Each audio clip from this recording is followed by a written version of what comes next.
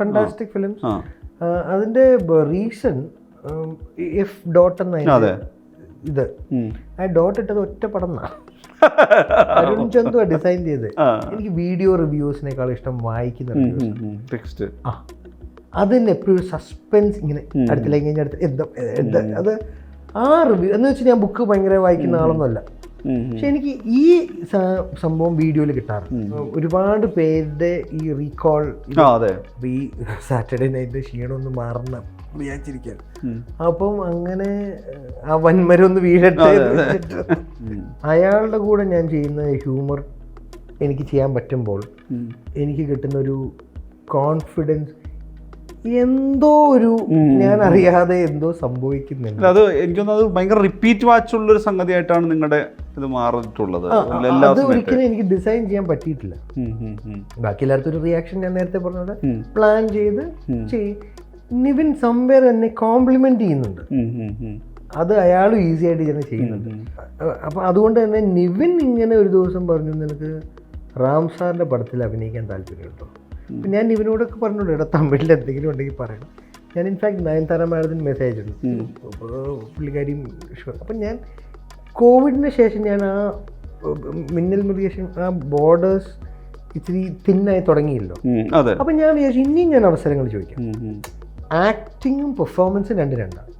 ഒരു good actor ആകുക എന്നുള്ളതും ഗുഡ് പെർഫോമർ ആകും. സിനിമയ്ക്ക് പലപ്പോഴും ഗുഡ് പെർഫോമൻസസ് മതി. അതും എനിക്ക് ഹെൽപ്പ് ചെയ്തു. വിനീത് മറ്റേ എനിക്ക് കണക്ട് ചെയ്ത് ഹൃദയത്തിൽ അവിടെ ഒരു നടന വൈഭവമൊന്നുമല്ല കാഴ്ചവെക്കാൻ.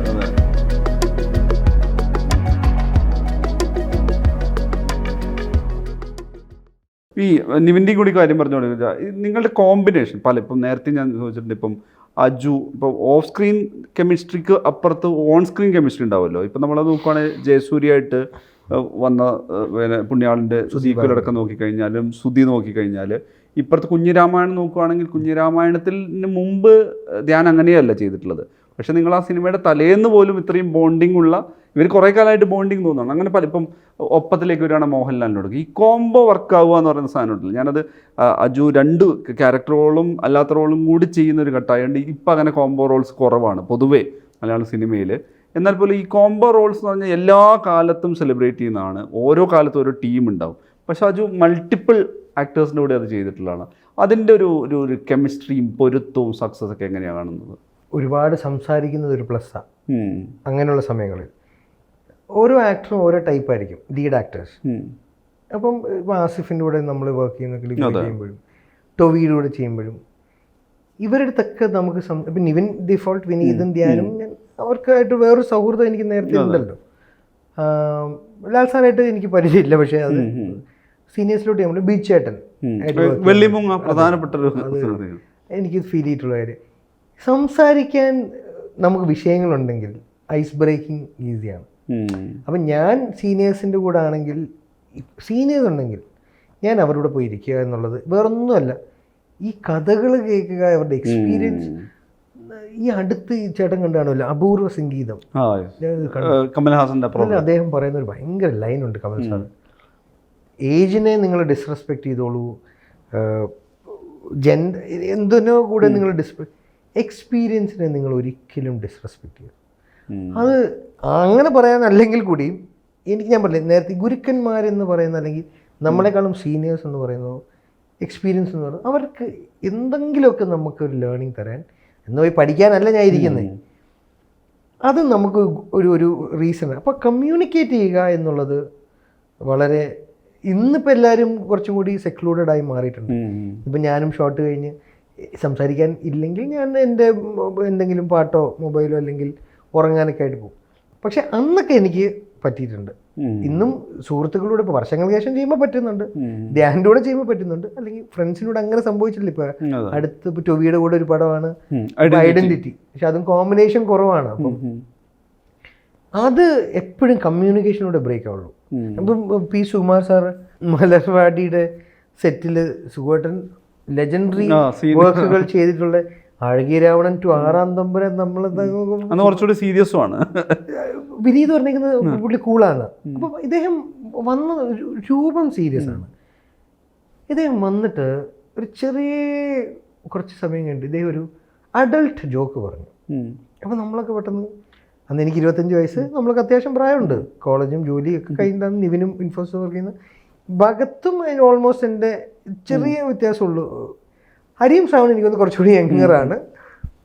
പക്ഷെ ഈ അഡൾട്ട് ജോക്ക് ഭയങ്കര ഐസ് ബ്രേക്കിംഗ് ആണ്, എല്ലാവർക്കും ഒറ്റയടിക്ക് ആണുങ്ങൾക്കൊക്കെ ഇഷ്ടമായി. അതായത് സാർ കൂളാണല്ലോ, ഇനി തോളെ കൈ വെക്കാലോ.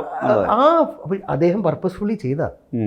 പിന്നെ നമ്മൾ ചോദിച്ചു, നമ്മൾ അദ്ദേഹത്തിനോടൊപ്പം ഈവനിങ്ങിന് അദ്ദേഹം നമ്മളെ ഒന്ന് ഒരു ഭക്ഷണം കഴിച്ച് ഒരുമിച്ചിരുന്ന് കഴിക്കാമെന്ന് അദ്ദേഹം വിളിച്ച് നമുക്കൊരു ബിയർ ഓഫർ ചെയ്തപ്പോഴൊക്കെ ഇദ്ദേഹം എന്താ ചെയ്തുകൊണ്ടിരുന്നതെന്ന് വെച്ച് കഴിഞ്ഞാൽ ഓൺ സ്ക്രീനിലെത്തുമ്പോൾ ഇവന്മാർ ആ ഇൻഹിബിഷൻ കട്ട് ചെയ്യാനുള്ള ട്രെയിനിങ് ആയിരുന്നു.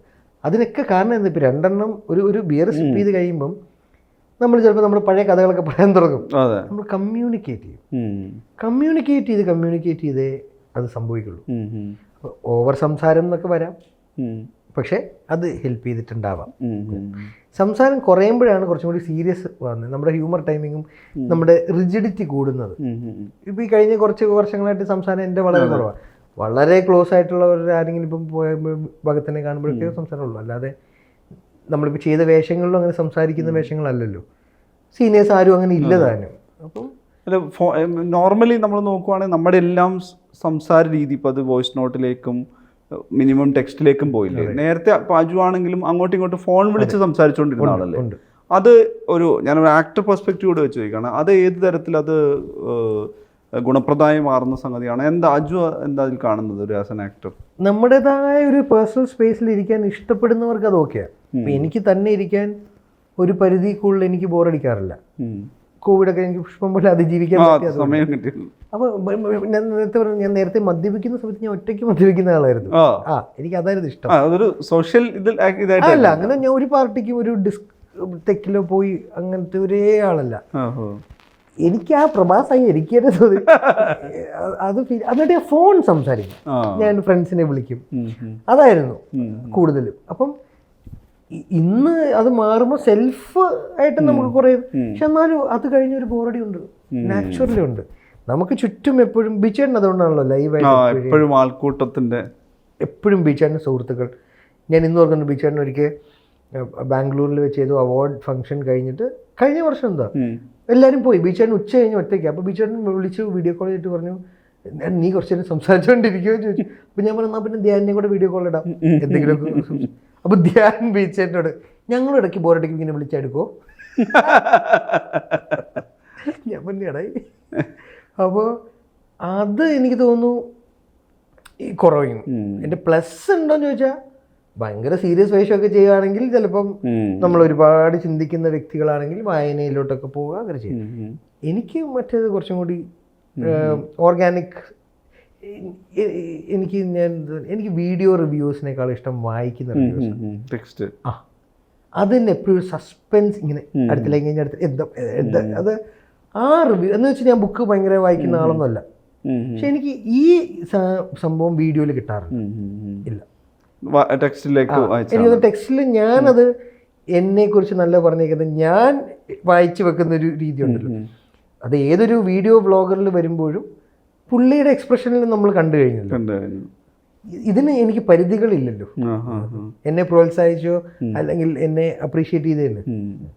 ഞാൻ കോമ്പിനേഷൻ പറഞ്ഞ ആൾക്കാർ ഇപ്പോഴും പറയുന്ന സാധനമാണ് കുഞ്ഞിരാമായണത്തിലെ നിങ്ങളുടെ ഒരു കോമ്പിനേഷൻ റിപ്പീറ്റ് ചെയ്യുന്ന രീതിയിൽ, അല്ലെങ്കിൽ നിവിൻ അജു എന്ന് പറഞ്ഞാൽ എനിക്കൊന്ന് പല സിനിമകളുടെയും സക്സസ് മാറ്റർ ആയ സാധനമാണല്ലോ. ശരിക്കും അങ്ങനെയുള്ളൊരു സിനിമയുടെ ആലോചനകൾ ഇടയ്ക്കെങ്കിലും വരാറുണ്ടോ? ഇപ്പം ഉറപ്പായും സാറ്റർഡേ നൈറ്റ് പോലെ നിങ്ങളൊരു അങ്ങനെ ഒരു കോമ്പിനേഷൻ വന്ന് തിയേറ്ററിൽ വർക്കായിട്ടുണ്ടായിരുന്നില്ല. പക്ഷെ ഞാൻ പറഞ്ഞത്, എന്നാൽ പോലും ഇതിൻ്റെ ഒരു നല്ല സ്ക്രിപ്റ്റും നല്ല സിനിമയും വരുമ്പോൾ അതിൻ്റെ ഒരു സക്സസ് ഫാക്ടറായിട്ട് വരുമല്ലോ, അത് ആലോചിക്കാറുണ്ടോ? അങ്ങനെ ഇപ്പം ഒരുപാട് പേരുടെ ഈ റീകോൾ, അതെ, അപ്പോൾ ഈ സാറ്റർഡേ നൈറ്റ് ക്ഷീണമൊന്ന് മാറണം വിചാരിച്ചിരിക്കാൻ. അപ്പം അങ്ങനെ ആ വൻമരം ഒന്ന് വീഴട്ടെ. അപ്പം അത് കഴിഞ്ഞ് ഞാൻ ഈ അടുത്ത് നിവിനോട് അത് പ്രസൻറ്റ് ചെയ്തു. ലവ് ആക്ഷൻ അന്ന് പ്രസൻറ്റ് ചെയ്ത പോലെ വേറൊരു തോട്ട് പ്രസൻറ്റ് ചെയ്തിട്ടുണ്ട്. അത് അദ്ദേഹം കേട്ടു. ഇനി ഒരു സിറ്റിംഗ് കൂടെ ഒക്കെ ഇരിക്കണം, അത് കഴിഞ്ഞിട്ട് ഇനി ആക്ച്വൽ സിറ്റിംഗ് തുടങ്ങുന്നത്. പക്ഷെ എനിക്ക് തോന്നുന്നു ഒരെണ്ണത്തിലോട്ട് ചിലപ്പോൾ എത്താം. അതേപോലെ തന്നെ ഞാൻ ആഗ്രഹിക്കുന്നത് ഒരെണ്ണമുണ്ട്. അത് ഈ പറഞ്ഞ പോലെ ഫഹദിക്ക് അടുത്ത് എത്തണം എന്നാണ് ആഗ്രഹം, അതും ചോദിച്ചിട്ടുണ്ട്. ഈ ആളുകൾ വേറെ രീതിയിൽ അജുവിലേക്ക് വരുന്നുണ്ടല്ലേ? ഞാൻ പറഞ്ഞൊരു കൈൻഡ് ഓഫ് മെൻറ്ററിങ്, ഞാൻ പറഞ്ഞ നേരത്തെ മിഥുൻ വരുന്ന പോലെ, ജൂഡ് വരുന്നത് പോലെ അത്തരം ആളുകൾ കൂടി അജു ഒരു അവർക്കുള്ളൊരു ബ്രിഡ്ജായി കാണുന്ന ആളുകൾ എല്ലാ ഘട്ടത്തിലും വരാറില്ലേ? സമീപിക്കാറുണ്ട് കഥകളായിട്ട്. പിന്നെ ഞാൻ അത് ഭയങ്കര സ്ട്രെസ്ഫുള്ളാണ്, വേറൊന്നും കൊണ്ടല്ല. എനിക്ക് പോകാനോ ഇതൊന്നും ചോദിക്കാനോ, എൻ്റെ ചോദ്യത്തിന് ഇവർ ബുദ്ധിമുട്ട് ചിലപ്പോൾ, അതായത് ഇവരെൻ്റെ സുഹൃത്തുക്കളാണ്, ചിലപ്പോൾ ഇവർക്ക് നോ പറയാൻ പറ്റൂല എന്നുള്ള ബോധം എനിക്ക് ഇപ്പോഴാണ് വന്നത്. അപ്പോൾ അത് അവർക്കൊരു ബുദ്ധിമുട്ടാകുമോ എന്നുള്ളൊരു ചിന്ത എനിക്ക്, പണ്ട് എനിക്കൊന്നുമില്ല, എന്ത് വേണമെങ്കിലും ചെയ്തു. പിന്നെ ഇവൻ്റെ കല്യാണം വിളിക്കാൻ ജോയ് സാറിനോട് പോയി ചാൻസ് ചോദിക്കാമെന്ന് ആ ഒരു ഔചിത്യം, മര്യാദ ഇല്ലാത്തൊരു ആ മര്യാദ തോന്നിയപ്പോൾ ഞാനിപ്പോൾ അവരുടെ അടുത്ത് പറയാറുണ്ട്, ഒരു പ്രൊഡ്യൂസർ വന്നു കഴിഞ്ഞാൽ, ഒരു കൺട്രോളർ വന്നു കഴിഞ്ഞാൽ നിങ്ങൾ പോകുന്നത് ചിലപ്പോൾ എന്നെക്കാളും അവർ ചിലപ്പോൾ ആക്സസിബിൾ ആവും. നമ്മളുടെ അടുത്ത് അവർ ചിലപ്പം ഇനി ഇതൊരു കഥയാണോ, ഇനി ഇവൻ കഥ പറയാം, കാരണം കഥ കേൾക്കുന്ന ബുദ്ധിമുട്ട് നമുക്കറിയാമല്ലോ. കഥ ഒരു ജോലിയായി കേൾക്കുന്നതും വൈകിട്ട് ഉറങ്ങാൻ മുത്തശ്ശി പറഞ്ഞു തരുന്ന കഥയും തമ്മിൽ ഹ്യൂജ് വ്യത്യാസമുണ്ടല്ലോ. അപ്പം അത് കാരണം ഞാൻ അധികം, പക്ഷെ നിവിനോടെ ഞാൻ പിച്ച് ചെയ്തു ഡെഫിനറ്റ്ലി. അത് എനിക്ക് ഭയങ്കര ആഗ്രഹമുണ്ട്. അയാളുടെ കൂടെ ഞാൻ ചെയ്യുന്ന ഹ്യൂമർ എനിക്ക് ചെയ്യാൻ പറ്റുമ്പോൾ എനിക്ക് കിട്ടുന്ന ഒരു കോൺഫിഡൻസ്, എന്തോ ഒരു ഞാൻ അറിയാതെ എന്തോ സംഭവിക്കുന്നുണ്ട്. അത് എനിക്കൊന്നത് ഭയങ്കര റിപ്പീറ്റ് വാച്ചുള്ളൊരു സംഗതിയായിട്ടാണ് നിങ്ങളുടെ ഇത് മാറിയിട്ടുള്ളത്. അത് ഒരിക്കലും എനിക്ക് ഡിസൈൻ ചെയ്യാൻ പറ്റിയിട്ടില്ല. ബാക്കി എല്ലായിടത്തും ഒരു റിയാക്ഷൻ ഞാൻ നേരത്തെ പറഞ്ഞത് പ്ലാൻ ചെയ്ത് നിവിൻ സംവേർ എന്നെ കോംപ്ലിമെന്റ് ചെയ്യുന്നുണ്ട്. അത് അയാളും ഈസി ആയിട്ട് തന്നെ ചെയ്യുന്നുണ്ട്. അത് ഇനിയും ഞങ്ങൾ തിരിച്ചറിയണം എന്ന് എനിക്ക് ഇനിയും. അത് മാത്രമല്ല, ഇപ്പം എനിക്ക് തോന്നുന്നത് ഈ വർഷങ്ങൾക്ക് ശേഷം വന്ന സമയത്ത് അതിൽ ലീഡ് ആക്ടർ അല്ലാതിരുന്നിട്ട് പോലും നിവിൻ തന്നെ പറഞ്ഞായിരുന്നു, നിവിന് കിട്ടിയ ഒരു ഭയങ്കര അപ്രീസിയേഷൻ ഉണ്ട്. നിവിൻ്റെ കംബാക്ക് നിവിനല്ല, പ്രേക്ഷകരാണ് നിവിനേക്കാൾ മേളിൽ ആഗ്രഹിക്കുന്നത് എന്നുള്ളൊരു ഭയങ്കരമായിട്ടുള്ളൊരു സംഗതിയായിരുന്നു അത്. അരുൺ ചന്തു നിവിൻ്റെ കൂടെ കഴിഞ്ഞ ദിവസം പോയി ഒരു ഫോട്ടോ എടുത്തു ഇട്ടു. ചന്തു എനിക്ക് അയച്ചു തന്ന ഒരു 5 സ്ക്രീൻഷോട്ട്സ് ഉണ്ട്. ഗഗനചാരി 2 ഉണ്ടോ ചേട്ടൻ നേരത്തെ പറഞ്ഞ പോലെ ബിഗ് സ്റ്റാർ ക്യാൻവാസിൽ. അപ്പോൾ ഇത് ഞാൻ നിവിന് ഫോർവേഡ് ചെയ്താലോ എന്ന് ആലോചിച്ചു. കാര്യം നമുക്കറിയില്ല ആര്, നമുക്ക് ഒരിക്കലും പ്രൊഡിക്റ്റ് ചെയ്യാൻ പറ്റില്ലല്ലോ ഏതാണ് ഇന്ന് വർക്ക് ആവുന്നതെന്ന്. അത് ആർക്കും പറ്റില്ല. ആത്മാർത്ഥമായി പണിയെടുക്കുകയും ടാലൻറ്റ് ആ ശോഭ ഫീൽ ചെയ്യിപ്പിക്കുന്ന ഏതൊരു വ്യക്തിയായിട്ട് എക്സ്പെരിമെൻ്റ് ചെയ്യുക എന്നുള്ളതേ ഉള്ളൂ. അപ്പം ഇവനായിട്ടുള്ളത് ഞാൻ ആക്റ്റീവ്ലി ഒരെണ്ണം ഇൻവോൾവ് ചെയ്യാമെന്ന് വെച്ചിട്ടുണ്ട്. അഹമ്മദായിട്ട് എന്തെങ്കിലുമൊക്കെ ഒരു വെബ് സീരീസ് ആയിട്ടല്ലെങ്കിലും അവരുടെ സിനിമ ആശയമായിട്ടാണെങ്കിലും ഒരു ആഗ്രഹമുണ്ട്. പിന്നെ പുതിയതായിട്ട് വരുന്നവർക്കൊക്കെ ചേട്ടാ, നമ്മൾക്ക് ഇപ്പം എന്നെ കൊണ്ട് എന്ത് ചെയ്യാൻ പറ്റും, എൻ്റെ ഒരു കൂട്ടുകാരനെ കൊണ്ട് ചെയ്യിപ്പിച്ചു കൊടുക്കാൻ എനിക്ക് അയാളെ ബുദ്ധിമുട്ടിക്കണമെന്നില്ല. അല്ലാതെ അറിയാം നമുക്ക് പറ്റുന്നതൊക്കെ ചെയ്യാം. പ്രൊഡക്ഷൻ ഹൗസ് പ്ലാൻ അതിൻ്റെ ഒരു തുടർച്ച, കാരണം അത് 2-3 രീതിയിൽ പ്രൊഡക്ഷൻ ഹൗസ് ആയിട്ടായിരുന്നല്ലോ. വിശാഖും അജുവും ധ്യാനും ആയിട്ടുണ്ടായിരുന്നു. അല്ലാതെ 2 പ്രൊഡക്ഷൻ ഹൗസ് അല്ല, ഒറ്റ ഫാന്റാസ്റ്റിക് ഫിലിംസ്. അതിൻ്റെ റീസൺ എഫ് ഡോട്ട് എന്ന ഇത്, ആ ഡോട്ട് ഇട്ടത് ഒറ്റ പടം അരുൺ ചന്തു ഡിസൈൻ ചെയ്ത്. ഞാൻ പറഞ്ഞു അവിടെ ഇരുന്ന് ഞാൻ ഇപ്പോഴും ഓർക്കുന്നുണ്ട്. ആക്ച്വലി അങ്ങനെയാ, ഫണ്ണായിട്ട് പറഞ്ഞല്ല. അല്ല, ഞാൻ പറഞ്ഞു എഫ് ഡോട്ട് ഇട്ട് ഡോട്ട് അവസാനത്തേത് ഫുൾ സ്റ്റോപ്പ് ആണ്. ഫുൾ സ്റ്റോപ്പ് 2 സംഭവിച്ചു പോയതാണ്. അപ്പൊ ഡിസ്ട്രിബ്യൂഷൻ വീണ്ടും കണ്ടിന്യൂ ചെയ്തല്ലോ. എന്താ പറയുക, ഇത് എൻഡ് ഓഫ് ദ ഡേ ധ്യാനം ഞാനിത് തിരിഞ്ഞു നോക്കില്ല. ഉത്തരവാദിത്തപ്പെട്ട ഒരാൾ വേണമല്ലോ. അവൻ അവൻ്റെതായ ഒരു ബാനറുണ്ട്, ഫാമിലി റൺ. അപ്പൊ അത് അവന് അഭിനയിക്കാൻ താല്പര്യമില്ല. ഞങ്ങൾക്കാണെങ്കിൽ ഇതിനോട് തിരിച്ച് ഡിസ്ട്രിബ്യൂഷൻ, അത് ആക്ഷൻ സാജനും പ്രകാശനും കഴിയോടെ ഞങ്ങൾക്ക് ഇൻട്രസ്റ്റ് പോയി ഇതില്. ബേസിക്കലി കാര്യം ഇതിൽ മെനക്കേടുകൾ ഭീകരമാണ്. ഇല്ല, ഇനി അങ്ങനത്തെ ഒരു വരികയാണെങ്കിൽ ചിലപ്പോൾ തട്ടിയെടുക്കാം. പക്ഷെ ആസ് ഓഫ് നൗ നമ്മൾ വിശാഖിനോട് പറഞ്ഞു, നീ മെർലാൻഡിൽ ചെയ്തു. കാര്യം അതാണ്. അല്ലെങ്കിൽ എന്താ വെച്ചാൽ നമ്മൾ ഉത്തരവാദിത്തം ഏറ്റെടുക്കണം. വിശാഖ് ആരെങ്കിലും വിളിക്കണം എന്ന് പറഞ്ഞാൽ വിളിക്കണമല്ലോ, ഫോളോ അപ്പ് ചെയ്യണമല്ലോ. അത് എനിക്ക് താല്പര്യം പോയി. ഞാൻ ആഫ്റ്റർ പോസ്റ്റ് കോവിഡ് എൻ്റെ ഫോക്കസ് ഞാൻ പ്രൈമറിലി മലയാളി പ്രേക്ഷകർ എൻ്റെ കൂടെ നിന്നത് അഭിനയിക്കാൻ വന്ന വ്യക്തിയോട്. ആ ഉത്തരവാദിത്വം ഫസ്റ്റ് ഞാൻ കൃത്യമായി നിർവഹിക്കണമല്ലോ. അത് അതിലോട്ടുള്ള കോൺസെൻട്രേഷൻ ആയിരുന്നു. പ്രൊഡക്ഷൻ സംഭവിക്കട്ടെ, ഇനിയും സംഭവിക്കാൻ പറ്റട്ടെ, നല്ല സിനിമകൾ പറ്റട്ടെ, അതൊക്കെ സന്തോഷമുള്ള കാര്യമാണ്. പക്ഷെ ആദ്യം വന്ന ജോലി മര്യാദയ്ക്ക് പഠിക്കുക. വിനീതാണെങ്കിലും അജു ആണെങ്കിലും നിങ്ങൾ മലയാള സിനിമയെ പുറത്തുനിന്ന് കണ്ടു, അല്ലെങ്കിൽ നിങ്ങളുടെ ഡ്രീം സിനിമയിൽ ബിൽഡ് ചെയ്തത് ശരിക്കും ചെന്നൈയിൽ നിന്നാണ് അല്ലെങ്കിൽ തമിഴ്നാട്ടിൽ നിന്നാണ്? ഇപ്പോൾ അജു നോക്കുകയാണെങ്കിൽ റാം എന്ന് പറയുന്ന സൗത്ത് ഇന്ത്യയിലെ തന്നെ ഏറ്റവും പ്രോമിസിംഗ് ആയിട്ടുള്ള ഫിലിം മേക്കർ കൂടിയാണ് കൊളാബറേറ്റ് ചെയ്യുന്നത്. അല്ലേ, രണ്ടാമത്തെ തമിഴ് പടമല്ല ചെയ്യുന്നത്? ഫസ്റ്റ് റാം സാറ്, ആ, പിന്നെ ഒരു പടം കൂടി ചെയ്തു. റാമിനൊപ്പം എന്ന് വെച്ചപ്പം ഇരിക്കുന്ന മമ്മൂക്ക പോലും പറഞ്ഞിട്ടുള്ളൊരു കാര്യം എന്ന് വെച്ച് കഴിഞ്ഞാൽ റാമിൻ്റെ ബെസ്റ്റ് കിട്ടുന്നത് വരെ പിന്നാലെ വരുന്ന ഒരു ഫിലിം മേക്കറായിട്ടാണ് പറഞ്ഞിരിക്കുന്നത്. എന്താണ് ഈ ആ സിനിമയെക്കുറിച്ച് എന്താ പറയാൻ പറ്റുന്നത്? ഞാൻ നേരത്തെ ഒരു മെൻറ്ററിങ് വളരെ ഇമ്പോർട്ടൻ്റ് ആണ്. അത് ആദ്യം മിർച്ചി ശിവാചേട്ടൻ സാറും ഗ്രേസ് ആൻ്റണിയാണ് ലീഡ്. ചെറിയൊരു ക്യാരക്ടറാണ്, നിവിനാണ് അതിന് കാരണക്കാരൻ. നിവിൻ്റെ തൊട്ട് മുമ്പത്തെ പടം ചെയ്തല്ലോ. അപ്പോൾ അതുകൊണ്ട് തന്നെ നിവിൻ ഇങ്ങനെ ഒരു ദിവസം പറഞ്ഞു, നിനക്ക് റാം സാറിൻ്റെ പടത്തിൽ അഭിനയിക്കാൻ താല്പര്യമുണ്ടോ? അപ്പം ഞാൻ നിവിനോടൊക്കെ പറഞ്ഞോളൂ, ഇവിടെ തമിഴിൽ എന്തെങ്കിലും ഉണ്ടെങ്കിൽ പറയണം. ഞാൻ ഇൻഫാക്ട് നയൻതാര മാഡത്തിന് മെസ്സേജ് അയച്ചിട്ടുണ്ട്, പുള്ളിക്കാരിയും ഷുവർ. അപ്പം ഞാൻ കോവിഡിന് ശേഷം ഞാൻ ആ മിന്നൽ മുരുകേശൻ ആ ബോർഡേഴ്സ് ഇത്തിരി തിന്നായി തുടങ്ങിയില്ലോ. അപ്പം ഞാൻ വിചാരിച്ചു ഇനിയും ഞാൻ അവസരങ്ങൾ ചോദിക്കാം. പണ്ട് പോയി നമുക്ക് അപ്പം അതുകൊണ്ട് തന്നെ അവസരങ്ങൾ ചോദിക്കാൻ റെഡിയായിരുന്നു. എച്ച് വിനോദ് സാറൊക്കെ ആയിട്ട് അദ്ദേഹം അത്യാവശ്യം റെസ്പോണ്ട് ചെയ്യുന്ന ഒരു ആളാണ്. അപ്പം അവസരങ്ങൾ ഞാൻ ചോദിച്ചു തുടങ്ങിയിരുന്നു. അങ്ങനെ ഇരിക്കുമ്പോഴാണ് നിവിൻ കാരണം റാം സാറിൻ്റെ പടം കിട്ടിയത്. അത് ഫോർ എവർ നിവിനോടും ഒരു കടപ്പാടുണ്ട്. കാര്യം അയാൾക്ക് അത് എന്നോട് ചോദിക്കേണ്ട കാര്യമില്ല. അന്ന് നിവിൻ ഡബ് ചെയ്തുകൊണ്ടിരിക്കുക. അപ്പം തന്നെ ഞാൻ പോയി കണ്ടു. അപ്പോൾ തന്നെ ഞാനത് വായിച്ചു. നമ്മൾ ഒരു സീനെങ്കിൽ ഒരു സീൻ, ബിക്കോസ് ഡയറക്ടർ എന്ന് പറയാൻ കാര്യം അതിൻ്റെ ഒരു ഫ്ലാഷ് ബാക്ക്, ഒരു ഈ മാനിഫെസ്റ്റേഷനിലൊക്കെ വിശ്വസിക്കുന്നുണ്ടോ ചോദിച്ചാൽ ഈ വിശ്വസിച്ച് പോകുന്ന കാര്യങ്ങളൊക്കെ ആയിപ്പോയി മനുഷ്യട്ടാ. മലർവാടിയുടെ റിലീസിന് മുന്നേ മദ്രാസിൽ പോയി. അതോ സോറി മലർവാടിയല്ല, വടക്കൻ സെൽഫി മദ്രാസിൽ ഷൂട്ട് ചെയ്യുക. അപ്പം ഞങ്ങൾ വൈകിട്ട് ചായ കുടിച്ച് ഒരു സിഗരറ്റ് വലിക്കാമെന്ന് വെച്ചിട്ട് ചായക്കടയുടെ അവിടെ നിന്ന് നിൽക്കുമ്പം ഇവിടെയാണ് കോടമ്പാക്കം ഗ്രീൻ പാർക്കിൻ്റെയൊക്കെ AVMൻ്റെയൊക്കെ അടുത്ത്. അപ്പോൾ അവിടെ ഒരു റോഡ് സൈഡ് ചായക്കട, സിഗരറ്റിൽ നമ്മൾ നിൽക്കുന്നു.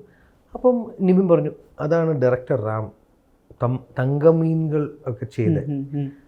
അപ്പം ഞാൻ അന്ന് കണ്ടിട്ടില്ല, പക്ഷെ ഞാൻ അത്യാവശ്യം നമ്മൾ south Indian cinemas Tamil for sure നമുക്ക് ഡയറക്ടേഴ്സിനൊക്കെ അറിയാം.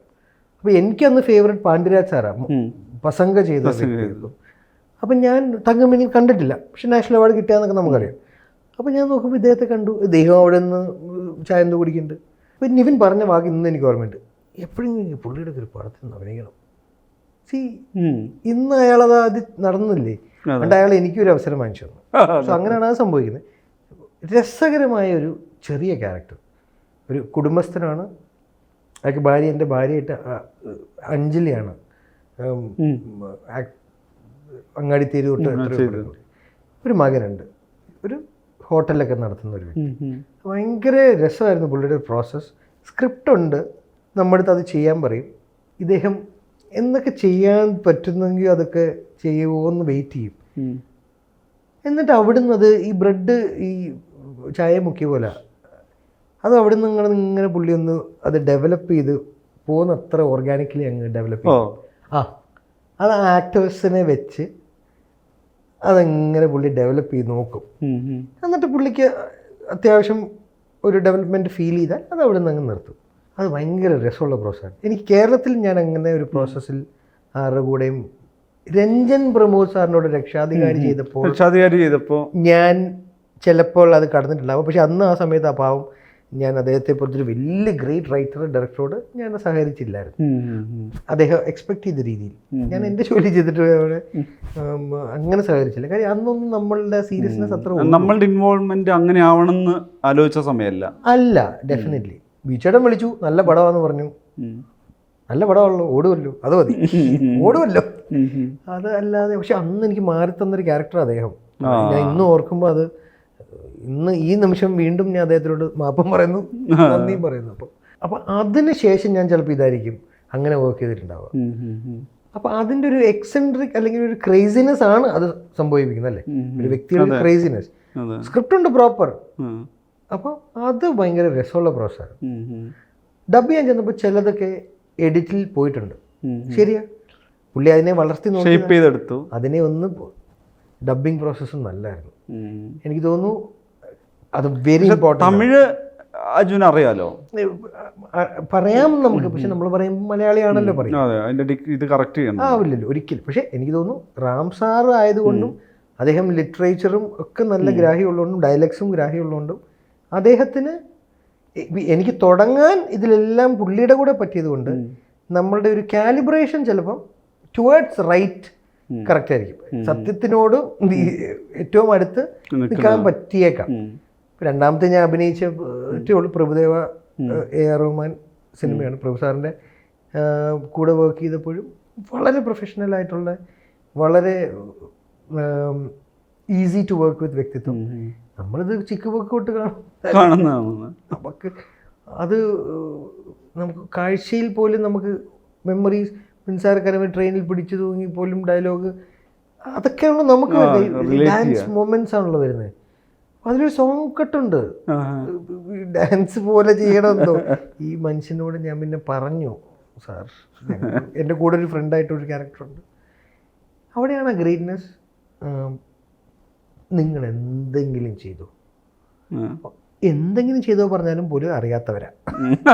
അപ്പോൾ അദ്ദേഹം പറഞ്ഞു, വളരെ ഫണ്ണി ആയിട്ടുള്ളൊരു സാധനം കാണിച്ചിട്ട് പറഞ്ഞു, ഇത് പറ്റിയോ, പറ്റുമോ നോക്ക്, സിമ്പിൾ, അത് പറ്റി, ഇത് ചെയ്തു, ഞാൻ നിങ്ങൾ എന്ത് ചെയ്താലും ഞാനത് റിപ്പീറ്റ് ചെയ്തോളാം, ബാക്കി നമ്മൾ ചെയ്യുന്നു.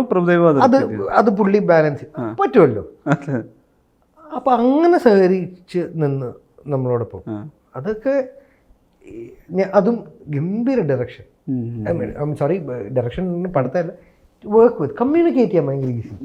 മനോജ് എന്നാണ് ഡയറക്ടറിന്റെ പേര്, ബിഹൈൻഡ് മൈ സ്റ്റോണറാണ് മനോജിന്റെ ആദ്യ പടം. അതെ. അപ്പം മനോജ് സാറിന്റെ അപ്പം എനിക്ക് ഒരിക്കലും മലയാളി ജന്മം കൊണ്ട്.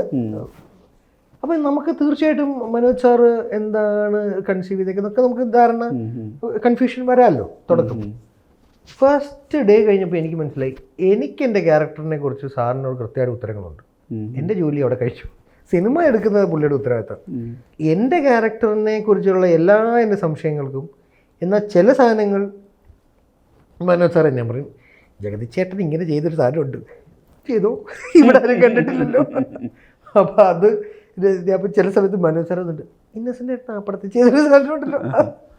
അപ്പോൾ എൻ്റെ സ്ഥലത്ത് പെർഫോം ചെയ്യേണ്ട വേഷം, അല്ലാതെ അഭിനയിച്ച് ഞെട്ടിക്കുന്ന വേഷം, പെർഫോമൻസ് ആണല്ലോ. ഇതെനിക്ക് പറഞ്ഞു തന്ന KR നാരായണൻ ഇൻസ്റ്റിറ്റ്യൂട്ടിലെ ഹെഡായിട്ടുള്ള ജ്യോതിഷ് ചേട്ടൻ്റെ കൂടെ ഒരു ദിവസം ഞാൻ പോയിരുന്നു. ഇതിനൊക്കെ മുന്നേ, സ്ഥാനാർത്ഥിക്ക് മുന്നേ ഞാൻ ഇന്റർവ്യൂ കണ്ടിട്ടാന്ന് തോന്നുന്നു. ആ ഇന്റർവ്യൂ കണ്ടിട്ടാ ഞാൻ പോയത്, വിളിച്ച് കോണ്ടാക്ട് ചെയ്തു. പക്ഷെ അവിടെ എനിക്ക് തൃപ്തികരമായിട്ടുള്ളതല്ല. അദ്ദേഹം പറഞ്ഞു തന്ന എല്ലാം നമുക്ക് മനസ്സിലായി, പോസിറ്റീവായിട്ടുള്ള കാര്യങ്ങൾ. പക്ഷെ അദ്ദേഹം ഒരു കാര്യം പറഞ്ഞു, ഒരു ആക്ടർ ആവണമെങ്കിൽ നിങ്ങൾ പൂർണ്ണമായിട്ടും നിങ്ങളുടെ മനസ്സിൽ നിന്ന് പൂർണ്ണമായിട്ടും എല്ലാ ഫേക്ക്നെസ്സും കളയണമെന്ന് പറഞ്ഞു. അപ്പം എനിക്ക് അത് പറ്റും തോന്നിയില്ല. അത് അപ്പോഴാണ് ഒരു യഥാർത്ഥ നടനായി മാറത്തുള്ളൂ. അപ്പം എനിക്കൊന്ന് ഈ ലോകത്ത് ജീവിക്കാൻ കുറച്ച് കള്ളത്തരങ്ങളും ഡിപ്ലോമസിയും ഒക്കെ വേണ്ടി വരും. ഇപ്പം ഞാൻ അതിന് പറഞ്ഞ കാര്യം, എല്ലാവരും വന്ന് ചോദിക്കുന്ന സത്യങ്ങൾ ഞാൻ പറയണ്ടല്ലോ ഏട്ടാ. എല്ലാവരോടും സത്യം പറയാൻ, ഒരു ഫേക്ക് അല്ലാത്ത വ്യക്തിക്ക് അതൊക്കെ ആവണമല്ലോ. അപ്പം അതെനിക്ക് പറ്റൂല. അപ്പം ഞാൻ പറഞ്ഞു, ചോദിച്ചേട്ടാ അതാ പിന്നെ. പക്ഷെ അദ്ദേഹം അന്ന് പറഞ്ഞു തന്നൊരു കാര്യം ഉണ്ടായിരുന്നു, ആക്ടിങ്ങും പെർഫോമൻസും രണ്ടാണ്. ഒരു ഗുഡ് ആക്ടർ ആകുക എന്നുള്ളതും ഗുഡ് പെർഫോമർ ആകും. സിനിമയ്ക്ക് പലപ്പോഴും ഗുഡ് പെർഫോമൻസസ് മതി. അതും എനിക്ക് ഹെൽപ്പ് ചെയ്തു. വിനീത് മറ്റേ എനിക്ക് കണക്ട് ചെയ്ത് ഹൃദയത്തിൽ അവിടെ ഒരു നടന വൈഭവമൊന്നും അല്ല കാഴ്ചവെക്കേണ്ടത്. എല്ലാരും ആ ഇമേജിൽ നിന്ന് മാനേഴ്സും ബോഡി ലാംഗ്വേജും കൂടി മിക്സ് ചെയ്തിട്ട് വേണ്ടതാണ്, റീകോൾ ചെയ്യണം. ഇപ്പൊ മുകേഷ് ഏട്ടൻ ലാൽ സാറും കൂടെ വരുമ്പോൾ തീർച്ചയായിട്ടും നമുക്ക്, നമ്മൾ ചുമ്മാ ആഗ്രഹിക്കില്ലേ, നീ പോലീസാ എന്ത് പിടിച്ചില്ലേ കാണാൻ. അവരുടെ ഒരു ബോഡി ലാംഗ്വേജുള്ള അവരുടെ റിതം ആണ് ആളുകൾ എക്സ്പെക്ട് ചെയ്യുന്നത്. ഇഷ്ടത്തോടെ ബേബിക്കുട്ടനെങ്കിലും, ബേബിക്കുട്ടൻ ഇച്ചിരി സീരിയസ് ആയപ്പോഴും നമുക്ക് ഒരു കോമഡി കേൾക്കണം എന്ന്. അപ്പൊ അത് ജ്യോതിഷ് ഏട്ടനാണ് അതിന്റെ ഈ ടെക്നിക്കാലിറ്റി പറഞ്ഞു തരണമല്ലോ, അതെനിക്ക് പറഞ്ഞു തന്നു. അപ്പൊ എനിക്ക് തോന്നുന്നു തമിഴിലെ ഇപ്പം ഈ രണ്ട് രീതിയിൽ നോക്കിയാൽ റാം സാറിൻ്റെ അതിനൊരു വ്യക്തിത്വവും ഇതിന് വ്യക്തിത്വം ഇല്ല എന്നല്ല, പക്ഷെ അതിൻ്റെ ഒരു ആർട്ടിസ്റ്റിക് സ്വഭാവമുണ്ട്. ഇവിടെ ഷോ ഇപ്പോൾ വടക്കൻ സെൽഫിയോ ഒക്കെ പോലത്തെ ഒരു കഥാപാത്രമാണ്. അപ്പം എന്തായാലും 2025 ഗംഭീരമായിട്ടുള്ള റോളുകൾക്ക് ശേഷം നമുക്ക് വീണ്ടും സംസാരിക്കാം. Thank you so much.